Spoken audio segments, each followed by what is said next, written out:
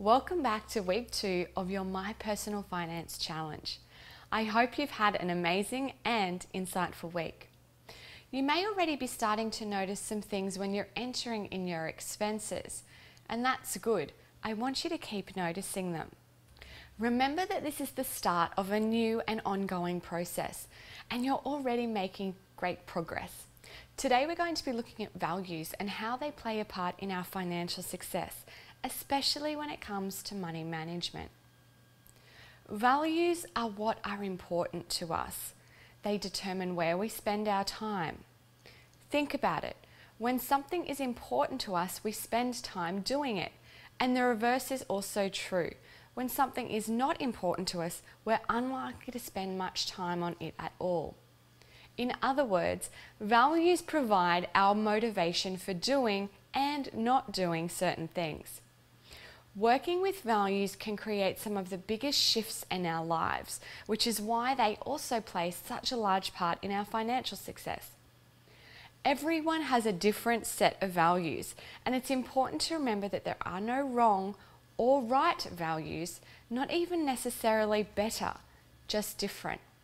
However, there are values that are going to help us to produce better results in certain areas. Now, since we know that values determine where we spend our time and create our motivation, it is important to identify our current values so that we can change or realign them if necessary to create congruency moving forward. Over the course of the next few weeks, the processes, strategies and tools that we share with you will help to realign your values. They will change at the unconscious level, which gives you greater sticking power when you finish this challenge. So let's take a look at where our values come from. Families. Our parents and family that we spend a lot of time with definitely help to influence and form our values, as does our geographic location. This can alter our values. Do you think that a child growing up in Afghanistan would adopt different values than a child growing up in Brisbane, for example? Of course they would. In the same way as geographic location can influence our values, so can the economic times which we grow up in. Think about the Great Depression, the 80s, or 2011. The school someone attends, whether it be public or private, this will also affect our values. And how about religion? Organised or not, religion affects our value systems and the ones we adopt in our lives. Our friends and the people we hang out with absolutely affect our values. And lastly but not least, think about what we are constantly seeing in the media and how that might have an effect on the values that we are adopting or the values that our children may be absorbing. That might be a scary thought, right? Here's the thing. Sociologist Dr. Maurice Massey asserted that between 0 and 7 is the imprint period. This is where we are like little unconscious minds running around, soaking in everything. And that is why we take on an unbelievable amount of the beliefs and values from those who we spend a lot of time with when we are at that age. Our parents or parent figures, right? Between the ages of 7 to 14, this is what's referred to as the modelling period. This is where we have our heroes, the people that we want to model and emulate. Think back to when you were around this age and see if you can remember who your role models were at the time and what behaviours you exhibited then or maybe still do in some way or another that relate directly to those role models. The ages of 14 to 21 is what's referred to as the socialisation period. This is where we are social butterflies. It doesn't matter what our parents say or do, it's all about the social groups that we hang around and what they're doing. Therefore, that is what we should be allowed to do. So let's recap. Values are simply what's important to us. We won't do something unless it's important to us on some level. They're also generally single words or short phrases. And remember that they provide our upfront motivation. They are our evaluation filters. They tell us how to feel about something that we have done after we've done it. So we're going to take a look at your life values in a moment, and you're going to do that by asking the question, what is important to me in my life? In a moment, you're going to come up with a list of words, single words or short phrases with a maximum of 3 words.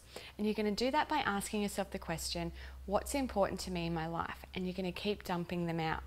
And just when you think you get to the end, you're going to push past 2 blank spots. And you're going to do that by asking yourself the question, what else is important to me? The reason that we're going to do this is because these values are going to be your more unconscious values, the ones that you didn't even know that you had. So you're going to ask yourself the question, what's important to me in my life? And we're going to give you 7 minutes to complete this. Ready, go.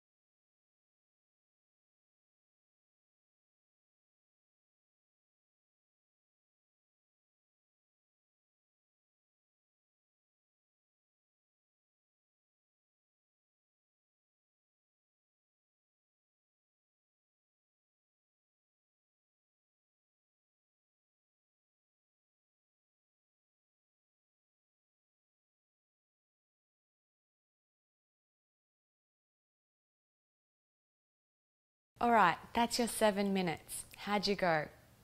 Now, I can't see your list of values because this is your list, but I want you to take a look over it. Now that you have your list of values, I want you to number them in order from 1 being the most important and so on. And I want you to be brutally honest here. You are not going to number them how you want them to be or how you think they should be. I want you to number them based on the results that you have been getting and where you have really been spending your time.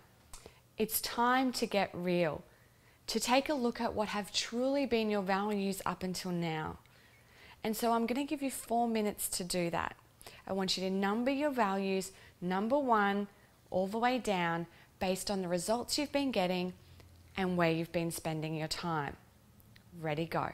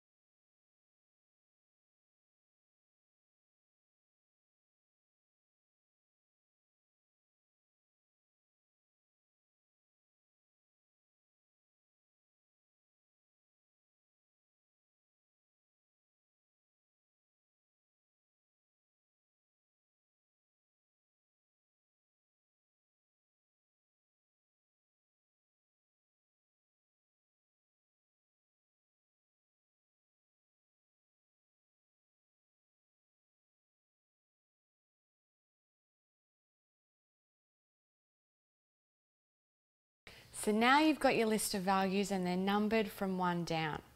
I've got a question for you. Was finance, wealth, money, financial freedom, rewards, was that on your list? Maybe, maybe not. And if it was, what number did it rank? You might be wondering why we need to know what our values are. But I said this before. They determine where we spend our time. Do you think that that might have an effect on where we're focusing and where we put our energy into? It's very common for people to say to me, I'm having issues financially. I'll then ask them to tell me what's important to them in their life, and money, finances, financial freedom or wealth is nowhere on their list. No wonder they're having issues financially. So you're probably sitting there and you might be feeling a little down right about now because it wasn't on your list. Don't. It's time to get excited because until now you probably weren't even aware that this was the case. Last week we all committed to taking responsibility from this point forward. Now that you're aware of where you have been, we can start to make the necessary changes. The changes that are going to make the difference. So get excited. Now that we shared with you about values and how they're going to be affecting your financial results, this week's task is going to further explore some of your beliefs around money. We will be identifying them in the next module after you've completed this week's tasks, which is a writing exercise. This brings us up to this week's tasks.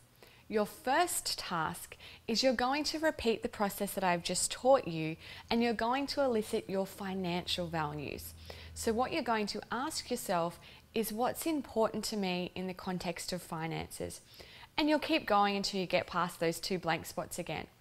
You'll probably get around 7 to 9 values and I want you to write them down in the template available for you to download. Your second task is another writing exercise. And as we already know, most of our unconscious beliefs, attitudes and limitations around money are all from our unconscious. So the purpose for this exercise is to allow our unconscious to release all of the stuff that it has been holding on to. Now I'm going to pre-warn you. This week could be quite challenging for some of you. It may bring up some unresolved issues or stuff that you have around money, and you might feel a little overwhelmed or that it's just a bit too hard. And that's okay, because this week is all about getting real and digging a little deeper. And then next week, we're going to blast through some of the core issues that have been holding you back and affecting the relationships that you have with money. So you're going to follow the format in the template that you will download called Money Blueprint. And what you're going to do is you're going to answer the following questions. I have the relationship with money I have because. And here you're going to dump out all the reasons why you have the current experience with money that you do. Now, I don't want you to try and speak positively or anything like that. In fact, I need you to be as honest as possible here. You want to dump it all out. Just get rid of it. You will then be answering the next question. I don't have the relationship with money I want because. And again, dump it all out. Essentially, these are all the reasons why you don't have the money that you want. You want to keep going with each of these questions until you feel like you have nothing left to say or that you start repeating yourself. You guys got it? The key here is to keep writing. Keep writing until you've dumped it all out so that all of your stuff around money and your beliefs and so on are all written down. Now, as I said before, this may be a little difficult or painful for you. So right now, I'm going to leave you with a gift so that this week you have everything you need and you know that we are right here with you, supporting you through the process. So go ahead and close your eyes. Over the last week, you've been working really hard to record your spending, looking at this area of your life that has been causing you so much pain, the area that's been holding you back. We have been and will continue to dig deeper into those blocks on the conscious and unconscious level as we move forward throughout this program. All the time you have spent on this will serve you well. And as you stand here now, You are making all of the connections that you need to make at the conscious and unconscious level that will assist you in taking your life forward in a new way. Making all the connections you need to make. You see, everything that you are committed to doing in this 12-week program and well beyond is all for a purpose and not just a dollar perspective. It is also for you and those you love to be able to have new experiences, beliefs, and attitudes to allow you to truly live the life that you desire so much. The peace, the calm of knowing that your finances are taken care of is just the beginning. As we finish off today's module, you will go off and continue living your life. You will continue doing everything you can to ensure you stay on path. And while you're here right now, I want you to realize that as you continue to do the work, the necessary work, to make these changes in your life, I want you to realize that things might not always be easy. Realize that it might be hard. That things will come up, that they will test you, they will try and get in the way. So realize that sometimes a little bit of courage is required. Courage is required to make change, to propel us into a new future. It is how we face our challenges, our determination and our courage to continue. Because courage is not the absence of fear. It is the realization that there's something more important than the fear. So right here, right now, I want you to again make the commitment to yourself, the commitment to you and your family at the conscious level, that you will take charge of your finances and your mind.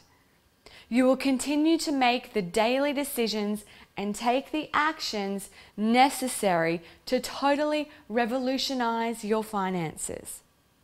And realize that this is just the beginning. Once you master this, there is so much more that you can and will do. And when you're ready, go ahead and open your eyes. Okay, so you guys need to remember your tasks and continue to track your expenses. And I'll see you right here next week.